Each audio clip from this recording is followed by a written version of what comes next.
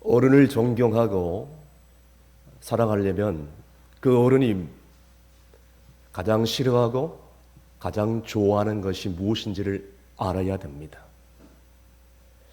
하나님이 몹시 싫어하고 가증히 여기는 것을 알면서 또 그렇게 살아가면서 하나님의 축복을 받기를 원한다면 너무나도 큰 잘못된 삶이죠.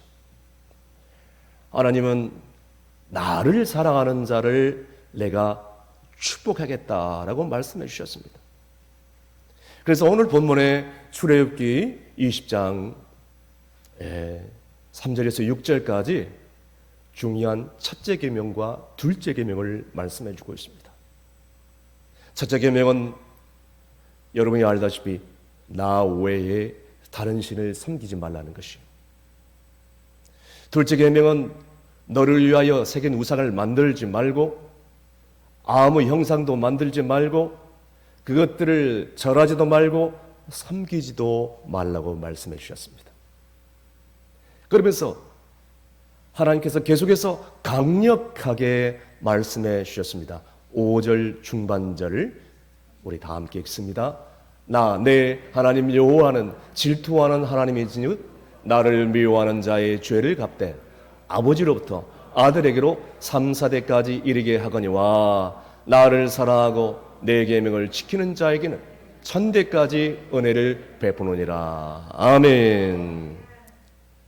여러분, 인간의 안목으로 볼 때 구약 성경에 사울왕이 있는데 사울왕은 정말 교만했던 그런 자입니다. 별로 큰 죄를 짓지 않은 것 같이 보이는데 하나님께서는 사울왕을 그렇게 미워하셨어요. 그런데 그와 반대인 인물이 있는데 다윗 왕은 살인죄, 간음죄, 권력남용죄를 지었는데도 불구하고 하나님께서는 다윗을 향하여 내 마음에 합한 자라라고 말씀해 주시면서 오늘날까지 수천 년 전에 이르기까지 그의 후손들을 축복하는 것을 보게 됩니다. 여러분, 그 이유가 무엇일까요? 사울왕은 한마디로 하나님을 멸시했어요. 사울왕은 블레셋과의 전쟁 중에 전쟁을 앞두고 제사를 드려야 하는데 사무엘 선지자가 약속 시간에 오지 않자 월권을 행하여 제사를 드려버렸습니다. 하나님이 가장 싫어하는 죄를 범하고 만 것입니다. 뿐만 아니라 그의 말년에 상황이 좋지 않게 되니까 무당점대기를 찾아가서 도움을 요청했던 것을 보게 됩니다. 하나님이 가장 가증스럽게 여기는 죄, 다른 신을 섬긴 죄입니다. 그뿐만 아니합니다. 사울은 너무나도 교만했던 죄를 지었던 사람입니다. 자기 자신을 하나님이라고 생각하고 하나님을 정성껏 진정으로 섬기는 자가 아니었다는 것이에요. 하지만 다윗은 우리 하나님을 제일 귀로 여겼어. 하나님을 최고로 여기면서 하나님을 정성껏 모셨던 자입니다. 소년이었을 때에 이스라엘이 블레셋과 전쟁이 일어났는데 적장 블레셋 앞에서 여호와 하나님의 이름이 모욕을 당하는 것을 참지를 못해서 그는 그 블레셋과 전쟁 앞에서 골리앗 앞에서 맞대하면서 목숨을 걸고 싸워서 이겼던 것입니다. 여러분, 우리 성도들 가운데도 하나님을 정성껏 예배해야 돼요. 하나님을 전심으로 예배를 해야 돼요. 건성건성으로 예배하면 안 돼요. 하나님을 전심으로 모시고 정성을 다하여 섬겨야 하나님께서 그 마음을 받으신 줄로 믿으시길 바랍니다. 그렇다면 첫째 계명, 둘째 계명을 어긴 죄가 얼마나 하나님이 가장 미워하시고 싫어하는 죄일까요? 오늘 본문 3절 말씀 다 함께 읽습니다. 너는 나 외에는 다른 신들을 내게 두지 말라. 아멘. 사랑하는 여러분, 인간의 윤리적인 측면에서 볼 때에 살인, 간음, 강간죄가 얼마나 큰 죄입니까? 그런데 하나님 입장에서 볼 때에 다른 신을 섬기거나 우상 숭배하는 것이 여러분 이 윤리적인 측면에서 우리가 볼 때 지은 죄보다 1000배 만배나 더 크고 무서운 죄라는 것입니다. 하나님이 가장 싫어하고 미워하는 죄라는 것이에요. 그래서 오늘 본문 말씀에 하나님은 질투하는 하나님이라 말씀을 해주고 있습니다. 5절 중반절 말씀 다시 한번 읽습니다. 나 내 하나님 여호와는 질투하는 하나님이신즉 나를 미워하는 자의 죄를 갚되 아버지로부터 아들에게로 3세대까지 이르게 하거니와. 아멘. 나를 사랑하고 내 계명을 지키는 자에게는 천대까지 은혜를 베푸느니라. 질투 하나님이란 말씀은 여러분 이 히브리어를 찾아보면 엘칸너라는 그런 단어입니다. 무슨 뜻이냐면 노여하시는 하나님이라는 뜻입니다. 여러분 질투라는 뜻이 무슨 뜻이죠? 몹시 사랑하는 자가 다른 사람을 사랑할 때 느끼는 감정이지 않겠습니까? 여러분 하나님도 마찬가지예요. 여호와 하나님을 섬기는 이스라엘 백성들이 여호와 하나님을 버려버리고 떠나서 다른 신을 섬기는 이 이스라엘 백성들을 향하여 성경은 음맹하는 백성이라고 기록했습니다. 하나님이 가장 싫어하는 죄, 질투하는 하나님. 그래서 결국에는 이 이스라엘 백성들을 이방 나라를 들어 쳐버린 것입니다. 이보다 더 하나님을 노하게 하는 죄를 없앨 것입니다. 그래서 열왕기하 19장 15절 말씀에 히스기야 왕은 이렇게 기도를 합니다. 다 함께 읽습니다. 그 앞에서 히스기야가 기도하여 이르되 그룹들 위에 계신 이스라엘의 하나님 여호와여 주는 천하 만국의 홀로 하나님이시라. 주께서 천지를 만드셨나이다. 아멘. 뿐만 아니라 사무엘하 22장 32절에 다윗은 이렇게 고백합니다. 다 함께 읽습니다. 여호와 외에 누가 하나님이며 우리 하나님 외에 누가 반석이냐. 아멘. 사랑하는 성도 여러분, 우리 하나님이 온 천하 만국 위에 뛰어나신 하나님, 유일신 하나님이시라는 것을 잘 믿고 신앙생활을 할 수 있기를 간절히 바랍니다. 두 번째는 하나님을 이 영이신 거로 형상화하거나 시각화해서는 절대 안 되는 존재라는 것입니다. 오늘 본문 4절에서 5절까지 말씀 다 함께 읽습니다. 너를 위하여 새긴 우상을 만들지 말고 또 위로 하늘에 있는 것이나 아래로 땅에 있는 것이나 땅 아래 물 속에 있는 것에 어떤 형상도 만들지 말며 그것들에게 절하지 말며 그것들을 섬기지 말라. 나 내 하나님 여호와는 질투하는 하나님인즉 나를 미워하는 자의 죄를 갚되 아버지로부터 아들에게로 3세대까지 이르게 하거니와. 아멘. 다른 신을 섬기게 되면 하나님을 질투하신다고 했습니다. 하나님을 노하게 하신다고 했습니다. 여러분 하나님을 노하게 하신다면 어떻게 합니까? 말씀에 나와 있는 것처럼 아버지로부터 아들에게까지 3세대까지 저주하신다고 말씀해 주셨습니다. 이렇게 하나님은 다른 신을 섬기는 것을 그렇게 싫어하신다는 거예요. 그런데 많은 사람들은 볼 수 없는 하나님을 보기를 원하고 그것을 형상화해서 만지기를 좋아하는데 여러분 이건 아닙니다. 하나님이 싫어하는 거예요. 그런데 사람들은 이것을 하는 거예요. 하나님이 이 죄를 얼마나 미워하는지 모릅니다. 여러분 우리 하나님은 영이신 하나님입니다. 영이신 하나님을 그대로 섬겨야 되는 것입니다. 모세가 죽은 다음에 그 시신을 사람들이 찾으려고 했는데 찾을 길이 없었습니다. 왜 그 시신을 찾을 수 없었을까요? 하나님께서 이스라엘 백성들이 어떻게 나올지 다 알고 미리 없애버리고 못 찾게 하신 것입니다. 그 이유는 모세가 이스라엘 위대한 영 지도자였기 때문에 그가 죽었을지라도 그 시체 앞에서 절하고 숭배할 것 같아서 하나님께서는 다 아시고 보이지 않게 처리해 버린 것입니다. 또한 이스라엘 백성들이 광야 생활을 할 때 불뱀에 물렸을 때에 놋뱀을 만들어 그 놋뱀을 쳐다보게 하고 고침받았게 했던 그 놋뱀도 하나님께서는 다 부숴버리고 처리해버리고 만 것입니다. 왜냐하면 그 놋뱀 앞에서 분양하고 숭배할 것 같아서 이미 그것을 다 알고 처리해버린 것입니다.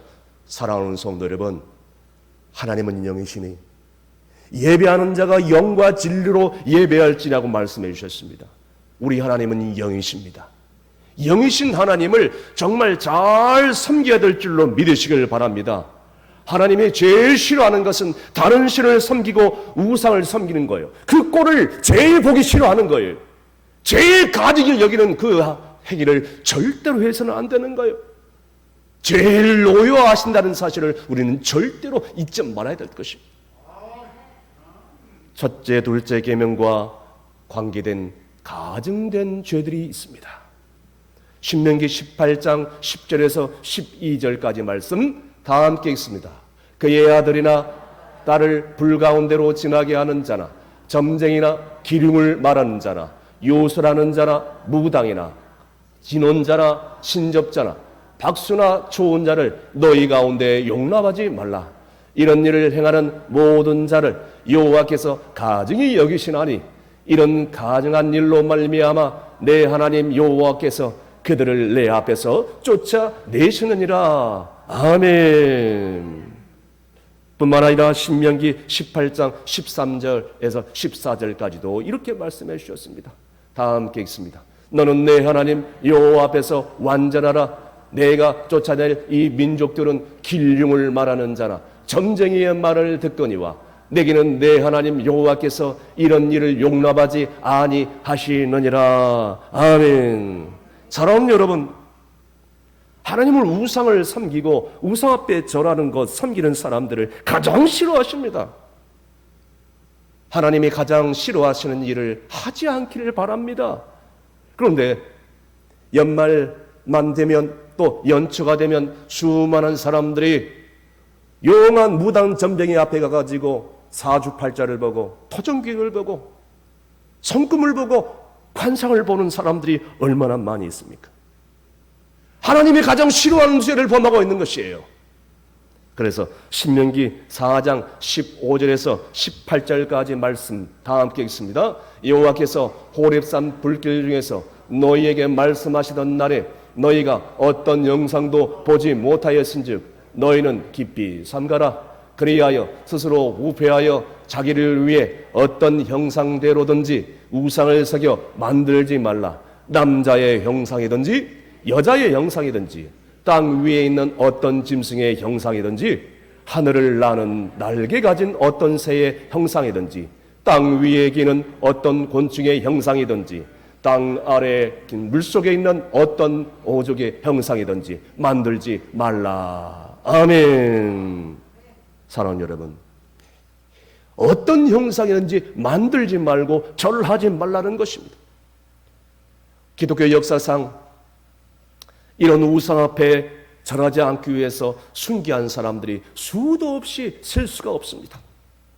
예를 들자면 가이사 큐리오스, 즉 가이사 황제는 주님이라고 단 한 번만 얘기하면 목숨을 부지할 수 있는데 절대로 그렇게 얘기하지 않아가지고 사자밥이 되고 화형을 당하고 끓은 가마솥에 들어가고 목이 잘려서 순교했던 수많은 사람들을 보게 됩니다. 왜 그렇습니까?